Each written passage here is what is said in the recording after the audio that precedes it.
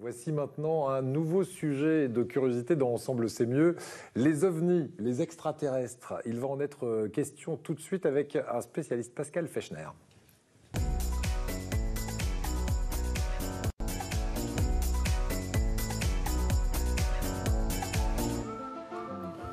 Et on se met dans l'ambiance directement. X-Files. Avec un spécialiste, je vous le disais, c'est Pascal Fechner, directeur national du MUFON, association qui s'intéresse aux objets volants non identifiés. Ça veut dire quoi exactement le MUFON? Alors, le MUFON, ça veut dire Mutual UFO Network, puisque la base de travail du MUFON, c'est d'organiser une base de données à l'échelle mondiale pour que l'ensemble des chercheurs puissent y accéder. Voilà, pour savoir donc d'où viennent ces UFO, donc ces ovnis en français, objets volants non identifiés. Vous participerez prochainement au festival les Rencontres du Mystère et de l'Inexpliqué. Ça va se passer du 31 mai au 2 juin à Marignane. Qu'est-ce que c'est le principe de ce festival? Il n'y a pas que de l'ufologie, on ne va pas parler que d'ovnis. Hein. Non, pas du tout. C'est un ensemble de conférences qui est organisé par la radio BTLV et par Bob Belanca, qui toute l'année invite des intervenants, des chercheurs, des documentaristes sur les sujets qu'on appelle paranormaux, voire parfois de façon un peu péjorative, pseudo-science. Et c'est vrai que Bob Belanca fait le cadeau aux auditeurs et au grand public une fois par an pour pouvoir rencontrer les conférenciers, écouter leurs conférences en live et pouvoir leur poser des questions. Voilà, donc on va rencontrer des scientifiques, mais aussi des médiums. Alors je le dis pour ceux qui s'intéressent, on aura une vraie médium sur ce plateau tout à l'heure. Qu'est-ce que vous faites, vous, quand vous allez dans ce genre de festival? Vous dites je crois aux ovnis, ou vous dites, moi, je ne crois que ce que je vois et je suis plutôt du côté des scientifiques? C'est une question intéressante, puisque je crois que la croyance est nécessaire, puisque la croyance crée un mouvement de recherche, mais je crois que ce qui serait dommage après, c'est s'arrêter sur sa croyance. Et nous, notre démarche aujourd'hui, c'est vraiment de creuser, de chercher, pour essayer de comprendre ce que voient tous ces gens dans le ciel ou pensent avoir vécu comme expérience. Alors, on va remonter aux origines de l'ufologie, donc cette science des ovnis, ou en tout cas cette façon de rechercher la vérité. Vous me dites, on peut dater très précisément la venue de la première soucoupe volante. En tout cas, le mot soucoupe volante, il apparaît le 24 juin 1947. C'est quoi cette date? Effectivement, le 24 juin 1947, Kenneth Arnold est dans son avion et il voit 9 objets qui traversent le ciel et qui, à son avis, vont à une vitesse folle. Ce qu'il faut bien savoir, c'est que nous sommes en 1947, donc l'ufologie et la notion d'extraterrestre n'est pas du tout mainstream. Et Kenneth Arnold pense plutôt soit des appareils secrets américains, soit pire, à des appareils russes, puisque nous sommes à l'orée de la guerre froide. Donc, en citoyen responsable, il va alerter les autorités et les journaux. Et en fait, c'est un journaliste qui va mal comprendre, qui va déformer les propos de Kenneth Arnold. Kenneth Arnold dira « les objets se déplacer comme une soucoupe qui rebondit sur l'eau », et le journaliste prendra la formule « flying saucer ». De coup, ça devient les soucoupes volantes. Mais lui, à la base, il se dit c'est quelque chose qui existe, ce sont des appareils de l'aviation russe. Et il pense plutôt à ça. Lui, voilà, il est plutôt dans cette optique d'appareils secrets américains, russes, plus embêtants. D'accord. Autre élément marquant dans le domaine des extraterrestres, cette fois, c'est l'homme de Roswell. Alors, on va voir une image. Alors, c'est vrai que ça a été démonté depuis. Qu'est-ce que c'est, au départ, l'homme de Roswell? Alors, sur Roswell, effectivement, souvent on pense que l'ufologie moderne commence à Roswell, ce qui n'est pas du tout vrai, puisque le crash de Roswell apparaît début juillet. On a une brève dans un journal, puisque des débris sont récupérés sur le champ d'un agriculteur.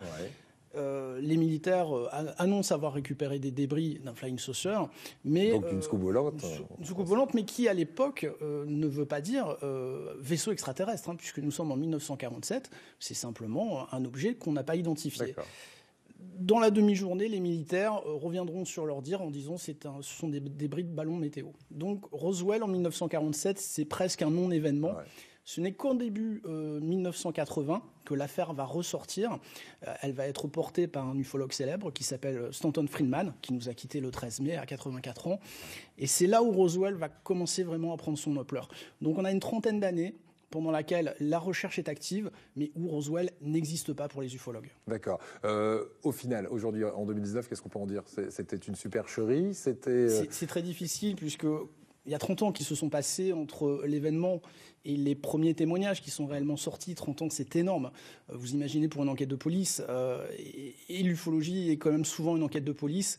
Donc le crash est avéré, mais qu'est-ce qui s'est réellement crashé? Là, c'est plus compliqué. Ouais. Plus compliqué. Parce qu'on a des débris quand même. On a des. Oui. L'armée américaine s'est prononcée en disant qu'il s'agissait en fait d'un ballon météo spécifique, Mogul.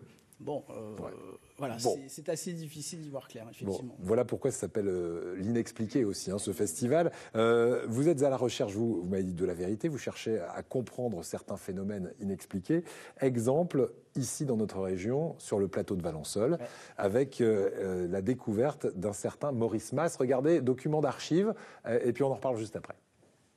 Valençol est en émoi depuis 48 heures avec l'apparition d'une soucoupe volante. Je me trouve au Café des Sports de ce charmant petit village. Il fait très chaud, les joueurs de belote s'en donnent à cœur joie. Dites-moi, messieurs, le principal témoin de l'affaire, monsieur Mas, est parti en vacances. Est-ce que quelqu'un pourrait me raconter quelque chose? Est-ce qu'il y a quelqu'un qui a vu ou à qui on a raconté quelque chose? Allez, monsieur Moisson. Le patron de l'établissement, monsieur Moisson. C'est aujourd'hui. Monsieur Masson est aujourd'hui la vedette du village. Vous fûtes en quelque sorte le confesseur de monsieur Mas qui était dans son champ lorsqu'est apparue cette soucoupe volante. Alors racontez-nous. Ça, la matinée, Maurice Mas est venu, c'était un ami. Et il m'a raconté qu'il avait vu un engin se poser dans son champ. Et il m'a dit de ne pas en parler, vu qu'il serait peut-être embêté. Et vous avez pu garder le secret combien de temps? Jusqu'au lendemain. Et le lendemain Voilà, et c'est vrai que le sujet a été gardé très secret très longtemps. Vous avez à peine 24 heures, et il en a parlé à ce monsieur qui ne devait rien dire. Le lendemain, tout le village était au courant. On se demande comment le village a été au courant. Alors, juste une chose, vous avez enquêté vous-même là-dessus sur Valençol. Vous avez des éléments à nous apporter? Alors, il faut savoir que notre siège social, le siège social du MUFON en France, c'est à Valençol, puisque la symbolique était belle. Dans les Alpes de Provence, En plus, c'est un village qui est magnifique. Alors, ce qui est étonnant en regardant ces images, on voit que le village n'a pas tellement changé, en fait. Donc, c'est toujours très agréable. Tout n'a pas été dit apparemment sur Valençol. Maurice Mas aurait livré certaines confessions qui ne sont pas encore sorties. Alors là, on est dans le subjectif, bien sûr, mais... Qu'est-ce qu'il aurait vu exactement? Alors lui, ce qu'il décrit très clairement, c'est un appareil au milieu de son champ et deux entités qui semblent clairement faire des prélèvements de lavande. Alors ce qui est étonnant, c'est qu'effectivement, ces entités auraient sorti une espèce de tige qui l'aurait paralysé, mais il a toujours indiqué qu'il n'avait pas senti de malveillance, que c'était un petit peu comme on pourrait immobiliser une bête sauvage. Et qu'est-ce qui fait qu'on peut croire à ce qu'il dit? On a trouvé des traces, par exemple, sur le sol de l'atterrissage d'un appareil? Ce qui est très rare d'ailleurs, mais effectivement sur Valençol, on a bien une trace au sol qui a été étudiée par la gendarmerie, bien sûr, puisqu'ils étaient là pratiquement le jour même. Et effectivement, pendant quelques années, il semblerait que la végétation ait eu du mal à repousser autour de cette trace. D'accord.